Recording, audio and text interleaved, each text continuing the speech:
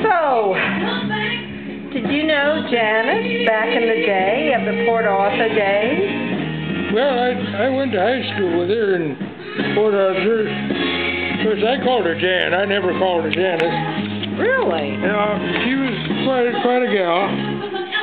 Some of the other folks there didn't think much of her, but I always realized she had a certain talent for singing, and she had this little guitar. I think it was a Gibson that she'd play, and I realized that someday she would probably be quite popular.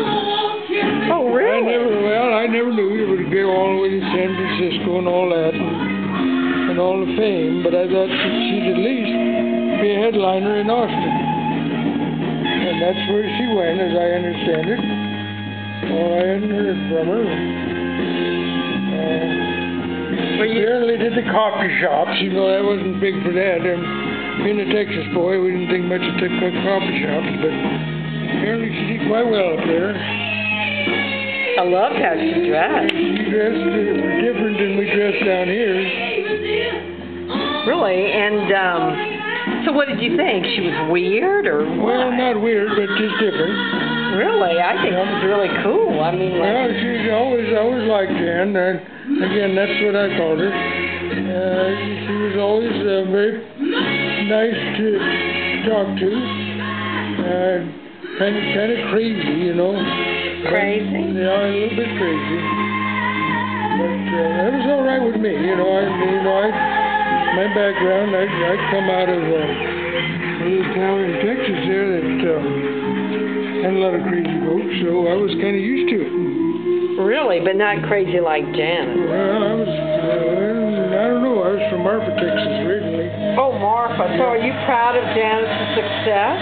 Well, quite proud. I think she did Port Arthur quite a good turn there, and we got a little statue over by the library. Oh, really? Yeah, to honor that, to honor all that, and what all she did, and the music and everything. Well, you know, Colonel Possum, I certainly do appreciate this interview. Well, you're welcome, and there's a little bit of history, coming our way. This song right here is a good one, and that was her boyfriend, Chris Christopherson, wrote it. Did you know Chris? Well, no, I didn't know Chris, but I actually knew a fellow that served with him in the National Guard.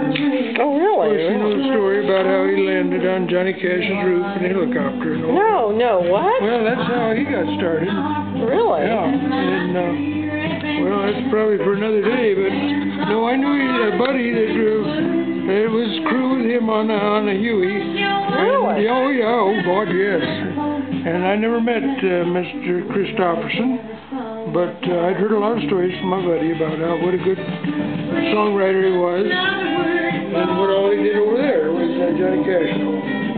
Really? Yep. That's impressive. Well, thank you so much for this interview. You're welcome. And I hope to talk to you soon. Well, and there's some more stories, too. Okay. Okay, but that's probably enough for tonight, because it's getting past 8, and you know how we are. We like to get to bed after a while. Well, thank you. I'll be back later. Thank you so much. I'm going to be tired out. All right. Over and out. Okay. For this interview. Salud.